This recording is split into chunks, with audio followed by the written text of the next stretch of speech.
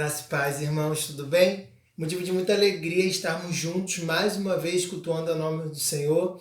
Hoje nós estamos no culto do estudo da palavra e eu estou muito feliz de mais uma vez estar aqui ministrando a continuação do estudo para vocês. Nesse momento a gente vai estar orando e logo em seguida a Donara vai estar ministrando louvor para que possamos adorar essa noite.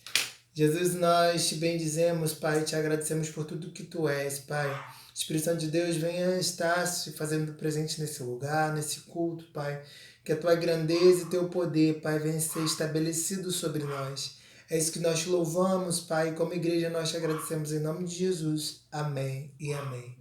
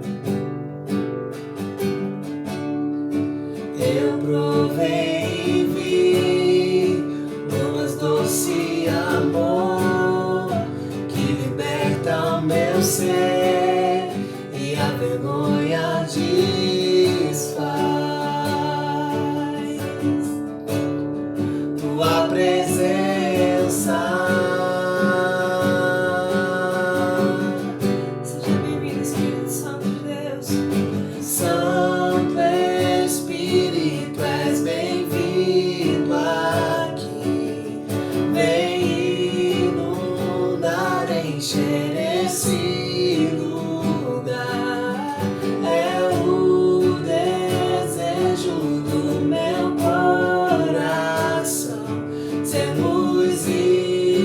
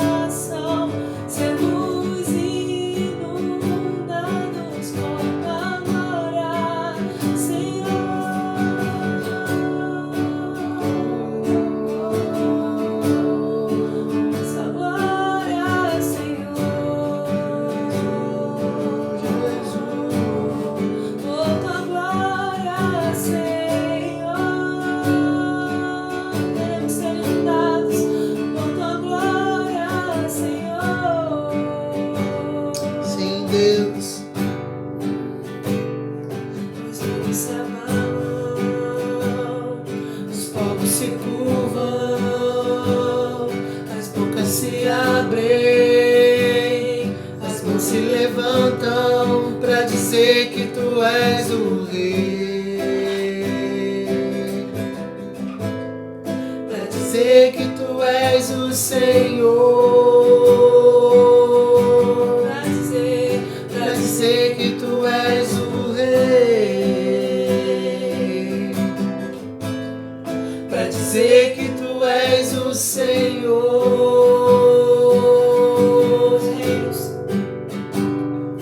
Os reinos se abalam, os povos se curvam, as bocas se abrem, as mãos se levantam pra dizer que tu és o Rei, pra dizer que tu és o Senhor, pra dizer que tu és o Rei, pra dizer que tu és o Senhor. Teu reino é sempre eterno, firmado em misericórdia, justiça e igualdade, bondade e fidelidade. A tua igreja te adora, a tua igreja te adora. Teu reino é sempre eterno, firmado em misericórdia, justiça e igualdade, bondade e fidelidade. A tua igreja te adora, a tua igreja te adora.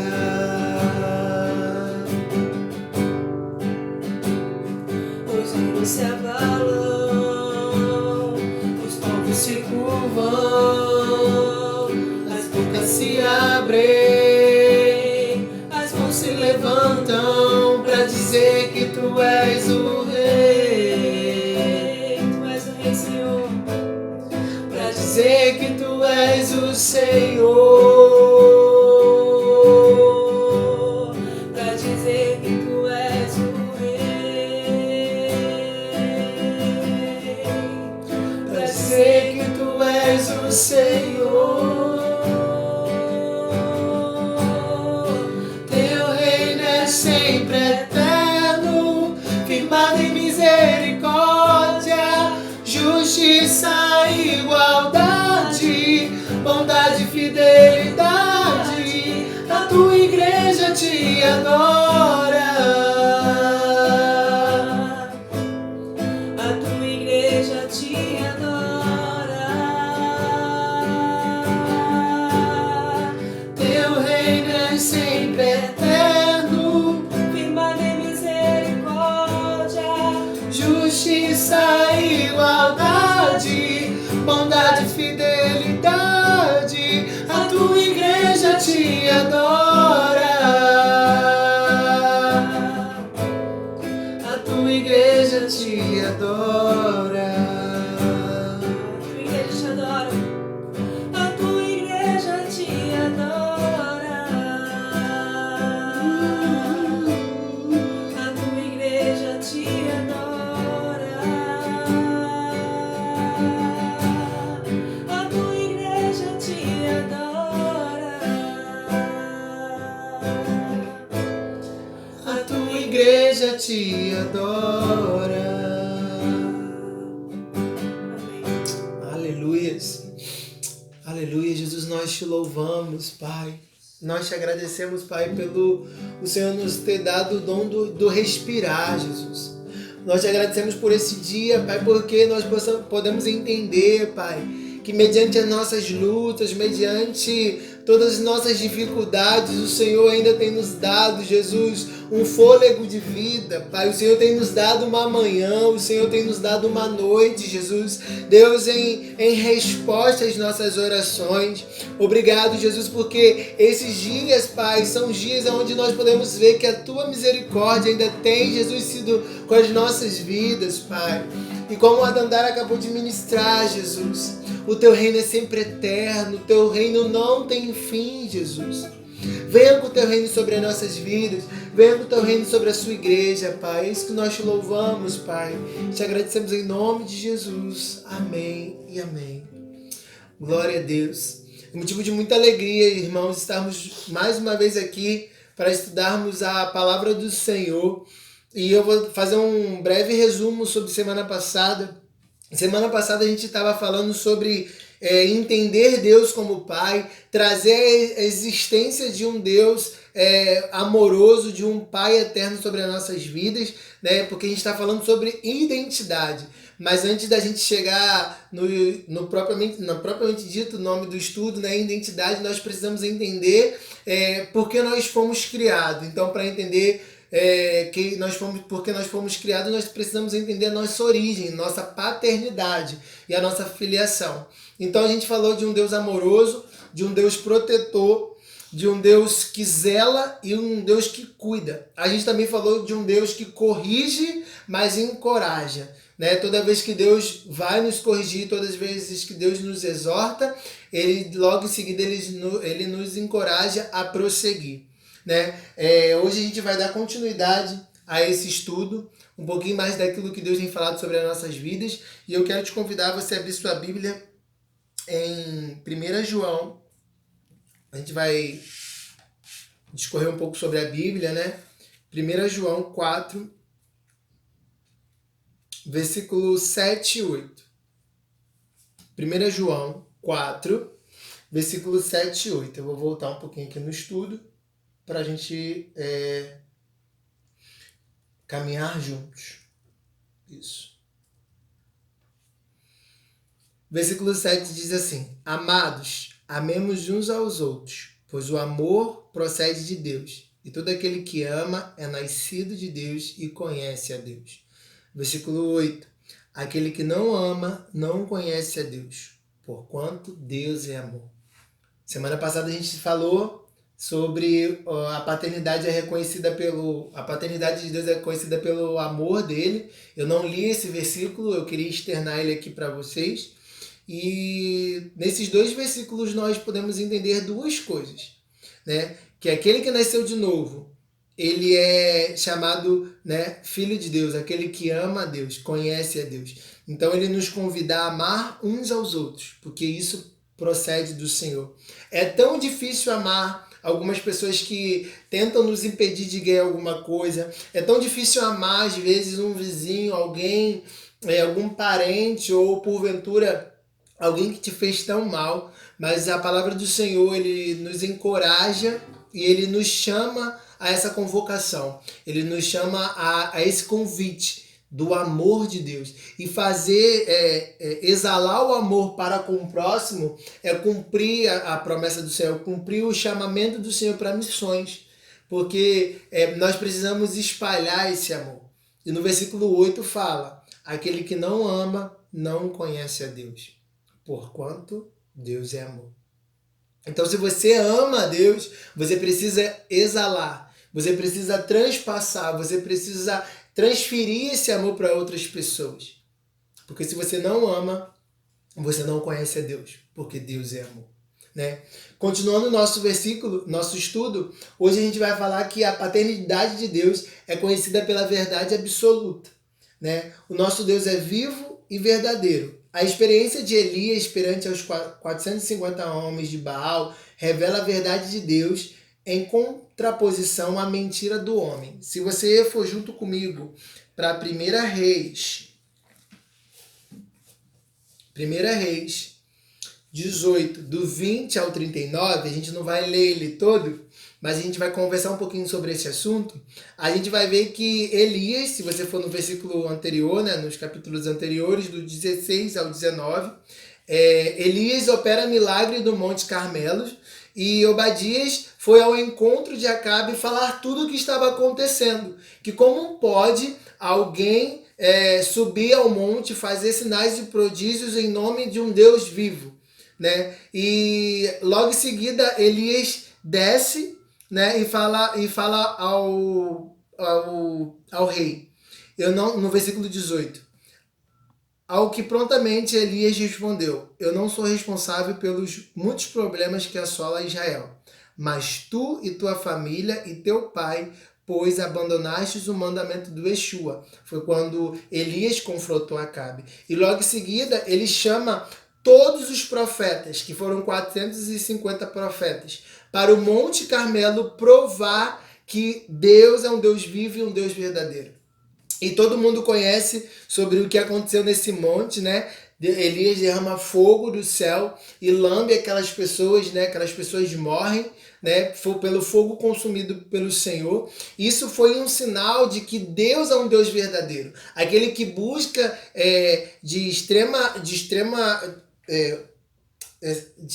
como não dá para aquela palavra? Devoção ou sinceridade, aquele que vai com sinceridade de coração, Deus atende o clamor. Se a gente for voltar aqui, o estudo diz que Jesus sempre manifestou a coerência do Pai. Toda a vida de Jesus Cristo foi a verdade do Pai revelada em carne e osso. Porque a gente vai entender agora no capítulo, eu vou ler para vocês rapidinho em João, diz que João 14, versículo 6. Diz assim: Assegurou-lhes Jesus: Eu sou o caminho, a verdade e a vida. Ninguém vem ao Pai a não ser por mim. A palavra de Jesus, ela é verdadeira. Ela nos traz cura, ela nos traz revelação e ela nos traz clareza. E é sobre isso que eu queria falar com você. Porque quando eu e você entendemos que nós somos filhos de Deus, automaticamente um espírito de clareza desce sobre as nossas vidas. Um espírito de engano que antigamente nos assolava, nos cercava, dizendo que nós não éramos capazes, que nós éramos filhos da perdição, automaticamente isso cai. Porque quando nós trazemos Jesus, quando nós abrimos o nosso coração para que Cristo faça a verdadeira morada, estabeleça o seu reinado, faça moradia em nosso coração, esse espírito de engano cai por terra. Porque logo em seguida a gente lê e Jesus mesmo fala: ninguém vai ao Pai a não ser por mim. Então, para a gente chegar ao coração de Deus, nós precisamos entender a paternidade de Jesus sobre as nossas vidas. E Ele é um Deus verdadeiro. A paternidade de Deus é extremamente estabelecida pela verdade. Então, uma das coisas que nós precisamos entender, que Deus, Ele é justo, Ele é amoroso e Ele é verdadeiro. Em sequência, a gente pode ler que a imagem de Deus é visível, ele é a imagem de Deus, do Deus invisível, que em Colossenses 1,15 fala: Jesus cumpriu toda a sua escritura, a sua revelação é a verdade absoluta. Eu grifei esse texto que eu vou ler aqui para vocês agora. Todo o ministério de Jesus, o Filho, foi fundamentado na coerência do Pai. O Filho é a verdade com o Pai. Todos os milagres de Jesus foram feitos com base nessa realidade. Então, eu queria só destacar essa parte. Tudo que Jesus fez foi baseado na verdade daquilo que Deus tem feito sobre a sua vida. Eu quero abrir uma janela de conversação sobre o que você tem feito sobre a sua vida. É aquilo que Deus tem falado com você para você fazer ou as suas vontades, o seu desejo? Porque a sua necessidade, as nossas necessidades, às vezes não são as necessidades de Deus. E se nós acabamos de declarar que trazemos a existência do Deus vivo para o nosso coração e que nós, quando aceitamos Jesus, declaramos que Ele é o Senhor e Salvador das nossas vidas, imediatamente nós precisamos entender que a nossa necessidade não é mais a principal. A prioridade agora é a necessidade de Deus. E a gente acaba de ler que o ministério do Filho foi totalmente coerente com aquilo que Deus, o Pai, o designou para fazer. Então, desde o início até o final, Jesus foi obediente, né? A gente costuma dizer que Jesus foi obediente até a morte de cruz. Então, eu quero trazer essa palavra ao teu coração. A palavra verdade, né? Reconhecer a paternidade de Deus pela verdade é trazer uma responsabilidade da obediência. A palavra de Deus também fala que é melhor obedecer do que sacrificar. Então não escolha sacrificar suas coisas. Não escolha sacrificar, às vezes, coisas da sua vida por desobediências. Deseje ardentemente obedecer a palavra de Deus. Porque isso vai ser eficaz na nossa vida. Isso vai ser eficaz na sua vida. No capítulo 1, né, versículo 14 diz: não permita que o vosso coração se preocupe. Crede em Deus, crede também em mim. Então, às vezes nós queremos fazer tantas coisas que às vezes é nossa necessidade, nossa prioridade, mas não é a necessidade de Deus, e a gente começa a trazer para o nosso coração preocupação, ansiedade, angústia, porque eu preciso resolver, porque eu preciso fazer, porque isso tinha que já estar pronto, porque isso, porque aquilo. São muitos porquês que nós colocamos como armadura no nosso coração para que a palavra não entre. E logo em seguida Jesus fala assim: não se permita que o vosso coração se preocupe. Crede em Deus, crede também em mim. E em 2 Pedro, se eu não me engano, diz que lançai sobre ele toda a vossa ansiedade. E lançar ao Senhor toda a vossa ansiedade é lançar, é se despreocupar. É pegar a verdade de Deus sobre a sua vida e avançar e prosseguir. E esse atributo de Deus eu gostaria de deixar no seu coração. A paternidade de Deus, ela é conhecida como a verdade absoluta. Então deixe que essa verdade ecoe no seu coração. Eu até coloquei aqui, abrindo uma janela de conversação. Quantas vezes eu e você, nós somos tentados pelas mentiras de Satanás, nos questionando se somos verdadeiramente, de fato, filhos de Deus. E se realmente temos um propósito nessa terra. Quantas vezes existe a gente chama de crise de existência.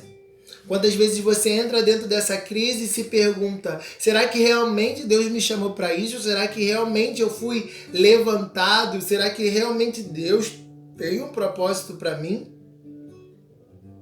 A palavra de Deus diz que Ele nos trouxe a vida porque Ele queria demonstrar como nós somos amados do Pai. Se a gente for lá no início, em Gênesis 1, 26, se eu não me engano, a palavra de Deus fala: façamos o homem à nossa imagem e semelhança. Então eu quero te dizer, querido, que desde o princípio você é amado do Pai. Desde o princípio você é amada do Pai. E Deus te chamou para uma responsabilidade de ser filho dele, de ser filha dele. Então nesta noite entenda quem é o seu Pai. Antes de entrar no próximo tópico, eu gostaria de orar pela sua vida. Deus fala ao meu coração que às vezes existe um espírito de engano sobre as nossas vidas. E nesse momento, antes de entrar no próximo tópico, eu gostaria que esse espírito de engano, que esse embaraçar de Satanás seja jogado por terra. Oremos em nome de Jesus. Pai de amor, nós como igreja, nós levantamos nessa hora, Pai, uma oração, Pai, de libertação de mente. Coloca a mão na sua mente, querido, nesse momento. Espírito Santo de Deus, que o Senhor venha abrir as mentes da tua igreja, que você venha abrir a mente dos seus filhos, Pai, e que todo embaraço de engano, que tudo aquilo que venha perturbar os seus filhos caia por terra. Tudo aquilo que amarra seu filho, tudo aquilo que amarrava sua filha, Pai, caia por terra, e que a sua mente venha entender o propósito da cruz. Que eles venham entender, Jesus, que eles são a recompensa pelo seu sacrifício, Pai. Sinta Deus desembaraçando agora. Sinta Deus agora limpando a sua mente e trazendo à existência um amor que há muito tempo você não sentia. Sinta, querido, a verdade de Deus sendo estabelecida sobre a sua vida. Que todo espírito de engano, todo espírito da mentira, Porque a palavra de Deus diz que Satanás é o pai da mentira. E que Jesus veio para dar vida e vida em abundância. Receba agora, querido. Receba agora esse espírito de vida sobre ti. Receba agora esse espírito da verdade do Senhor sobre a sua vida.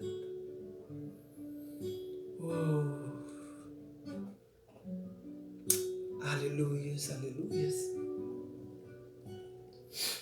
Continuando, nosso último tópico sobre os atributos da paternidade de Deus. Eu gostaria de falar para você que a paternidade de Deus deve ser a nossa resposta como filho. Se a gente entendeu que Deus é amor, que a verdade de Deus é absoluta, então o atributo de Deus, o último atributo de Deus é o chamamento, é a convocação de Deus para a filiação que Deus nos adotou. A resposta da clareza de Deus que nós somos filhos, sim. Eu gostaria de estudar um pouco sobre isso com você. O apóstolo Paulo escreve aos Filipenses, Filipenses 2, capítulo 14 e 16. Abra aí, eu vou te esperar você abrir, porque eu gostaria de ler isso junto contigo. Cachorra passando, gritando.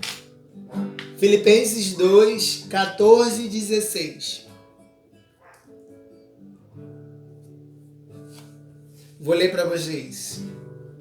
Façai todas as coisas sem queixar nem discordar, para que vos tornei filhos de Deus, irrepreensíveis, sinceros e íntegros, no meio de uma geração corrupta, perversa, no qual resplandeceis como luzeiros no mundo, retendo a palavra de vida, para que no dia de Cristo eu tenha motivo de me orgulhar de fato, de que não foi em vão que corri ou trabalhei. Olha a responsabilidade. Eu vou ler de novo. Façai todas as coisas sem queixar e sem discordar.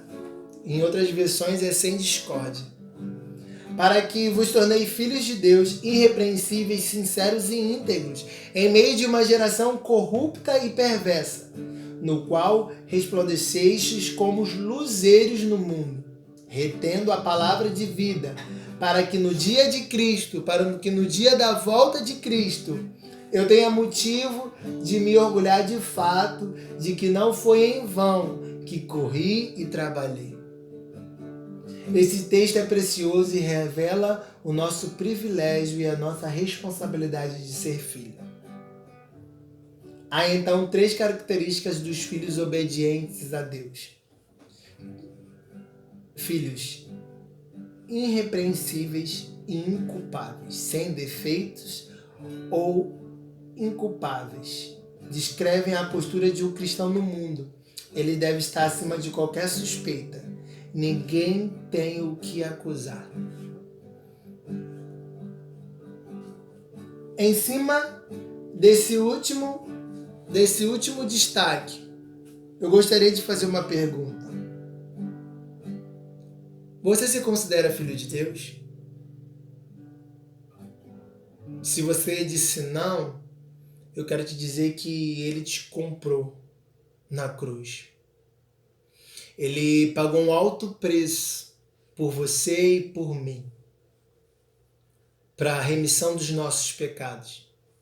Porque nós somos nascidos do pecado, mas o Espírito Santo nos lavou e arrancou de nós todo pecado, todo embaraço de engano, para nos trazer como luz do mundo.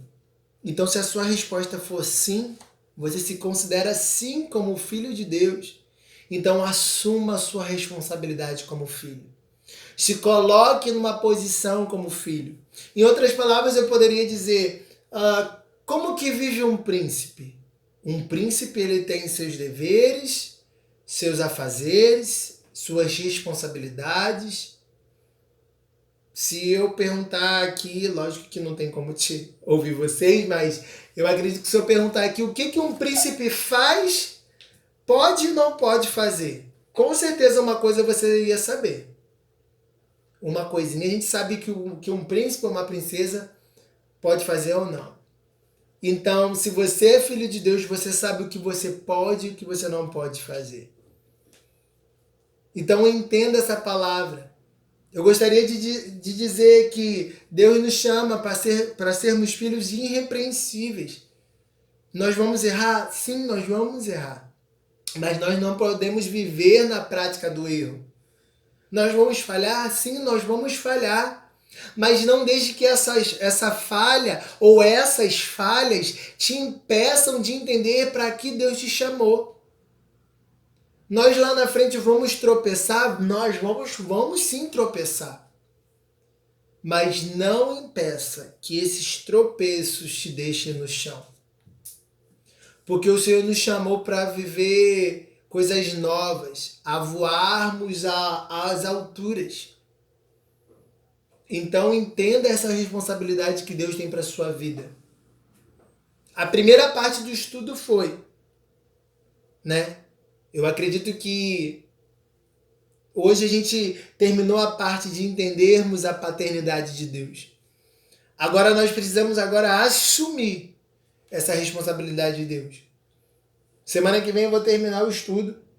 Eu vou falar sobre a identidade de sermos filhos, o papel, a importância de sermos filhos de Deus, quais são os nossos deveres, quais são os nossos caminhos a ser trilhados.